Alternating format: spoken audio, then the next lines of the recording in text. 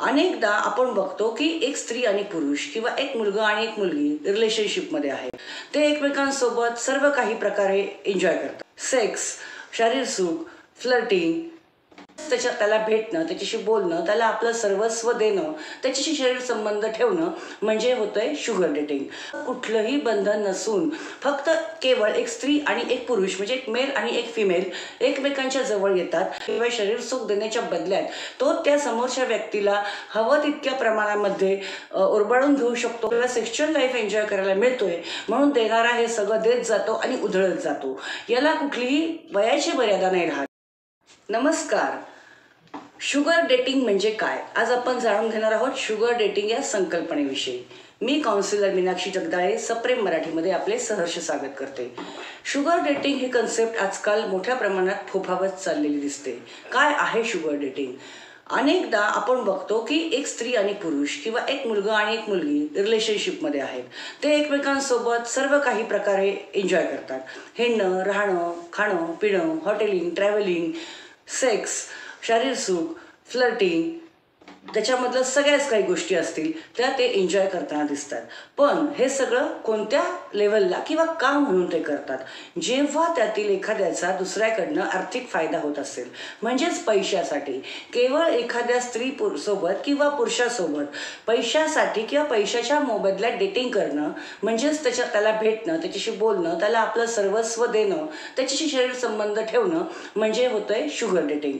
आता याला कुठेही वयाची मर्यादा नाही, कुठेही नात्याची मर्यादा नाही आहे की हे फक्त तरुण मुलं मुलीच करत आहेत की आजच्या पिढीतलेच मुलं मुली करत आहेत किंवा हे फक्त अनमॅरिड लोकच करत आहेत का हे फक्त मॅरिड लोकच करत आहेत. असं कुठलंही बंधन नसून फक्त केवळ एक स्त्री आणि एक पुरुष म्हणजे एक मेल आणि एक फिमेल एकमेकांच्या जवळ येतात कारण त्याला समोरच्याकडनं कुठला तरी मॉनिटरिंग बेनिफिट म्हणजेच आर्थिक फायदा मिळत असतो. आता या शुगर डेटिंगमध्ये जेव्हा जो फायद्यासाठी समोर जातोय किंवा फायद्यासाठी म्हणून संबंध ठेवतोय तो अतिशय अलिप्त असतो. तो कुठेही या गोष्टीमध्ये अडकत नाही, त्याचं कुठलंही नुकसान होत नाही. बस शरीर देण्याच्या बदल्यात किंवा शरीर सुख देण्याच्या बदल्यात तो त्या समोरच्या व्यक्तीला हवं तितक्या प्रमाणामध्ये उरबाळून घेऊ शकतो, फायनान्शियली फायदा घेतो, त्याला त्याकडनं हवं त्या डिमांड्स पूर्ण करून घेतो आणि शरीर संबंध ठेवायला मिळत आहेत किंवा सेक्शुअल लाईफ एन्जॉय करायला मिळतोय म्हणून देणारा हे सगळं देत जातो आणि उधळत जातो. याला कुठलीही वयाची मर्यादा नाही राहत. म्हणजे अगदी एखादा वयस्कर माणसासोबत एखादी तरुण मुलगी सुद्धा तो पैसा देतोय म्हणून संबंध ठेवते. एखादी मोठी 2-3 मुलांची आई सुद्धा एखाद्या तरुण मुलाशी संबंध ठेवते कारण त्या तरुण मुलाला पैसे मिळणार असतात किंवा व्हाईस वर्सा तो तरुण मुलगा तिला काही पैसा प्रोव्हाइड करणारा असतो तिच्याकडे इन्कमचं साधन नसेल तर. अशा प्रकारे फक्त आणि फक्त आर्थिक बेनिफिटसाठी किंवा आर्थिक देवाणघेणीसाठी जे संबंध ठेवले जातात, ज्या डेटिंग्स केल्या जातात त्याला शुगर डेटिंग असं म्हणतात.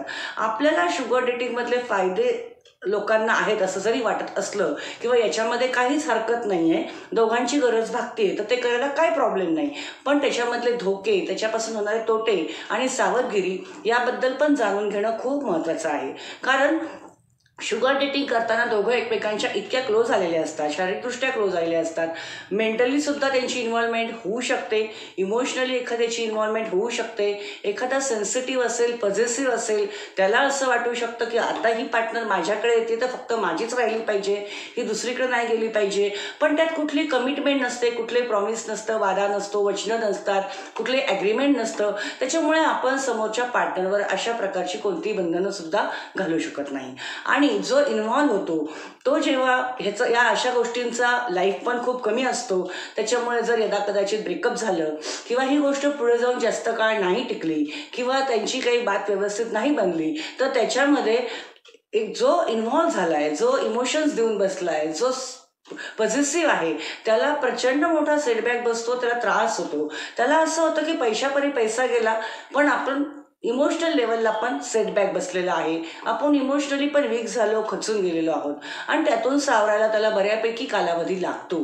दुसरी गोष्ट अशी होते की एकमेकांसोबत इतका सेंटिमेंटल पॉईंट किंवा इंटिमेट पॉईंट सगळ्या सिच्युएशन शेअर केल्यामुळे एकमेकांचे व्हिडिओज, ऑडिओज, एकमेकांचे कॉल्स, एकमेकांचे शूटिंग्स एकमेकांजवळ असू शकतात आणि त्यातून पुढे जाऊन ब्लॅकमेलिंग करणं किंवा ते व्हिडिओज व्हायरल करणं किंवा त्याच्यातून धमकी देऊन अधिक पैसे काढण्याचा प्रयत्न करणं, अशा प्रकार सुद्धा समाजामध्ये घडताना दिसतात. कुठेही याच्यामध्ये प्रॉमिस इन्व्हॉल्व नसलं तरी पण एक अप्रत्यक्षरित्या दबावातून लोक पैसे खर्च करत राहतात, पैसे देत राहतात. मग ती लेडीज असो किंवा जेंट्स असो, त्याच्यामध्ये खूप मोठ्या प्रमाणामध्ये आर्थिक नुकसान सुद्धा होऊ शकतं. कारण जेव्हा आपण एकमेकांची शारीरिक गरज भागवत असतो तेव्हा आपण त्या माणसामध्ये शारीरिकदृष्ट्या इतकं इन्व्हॉल्व होतो, इतकं क्लोज होतो की मग त्याशिवाय आपल्याला चैन पडत नाही. ती गरज भेटल्याशिवाय, ती गरज भागल्याशिवाय, ती व्यक्ती भेटल्याशिवाय, तिच्यासोबत सॅटिस्फॅक्शन झाल्याशिवाय आपल्याला बरं वाटत नाही. पण मग त्या बदल्यामध्ये आपण आपलं खूप काही गमावून बसतो आणि यातून तयार होतो खूप मोठ्या प्रमाणातला मानसिक तणाव, दबाव, टेन्शन, त्रास आणि याचं अनेकदा रूपांतर आपण गुन्हेगारीत पण झालेलं पाहतो. अनेकदा अशा प्रकारे आर्थिक व्यवहारातून काही वादविवाद झाले तर ते गुन्हेगारीपर्यंत पोहोचू शकतात. तुमच्या कुठल्याही देवाणघेवाणीतून काही व्यवहार झाले, तुम्ही एकमेकांना ब्लॅकमेल करताय म्हणून काही क्राईमकडे ही गोष्ट वळू शकते आणि असे अनेक संभाव्य धोके लक्षात घेणं पण आवश्यक आहे. त्याच्यामुळे शुगर डेटिंग वाटतं तितकं सोपं नाही आणि वाटतं तितकं मजेशीर पण नाही आहे. त्यामुळे जर कोणी अशा रिलेशनशिपमध्ये असतील किंवा असं रिलेशनशिप करण्याचा प्रयत्न किंवा मानस त्यांचा असेल तर त्यांनी नक्कीच थांबा आणि विचार करा आणि मगच योग्य तो निर्णय घ्या. आपल्याला आजचा व्हिडिओ कसा वाटला कमेंट बॉक्समध्ये कमेंट नक्की करा. व्हिडिओला जास्तीत जास्त शेअर करा, चॅनलला सबस्क्राईब करा आणि पाहत रहा सप्रेम मराठी. धन्यवाद.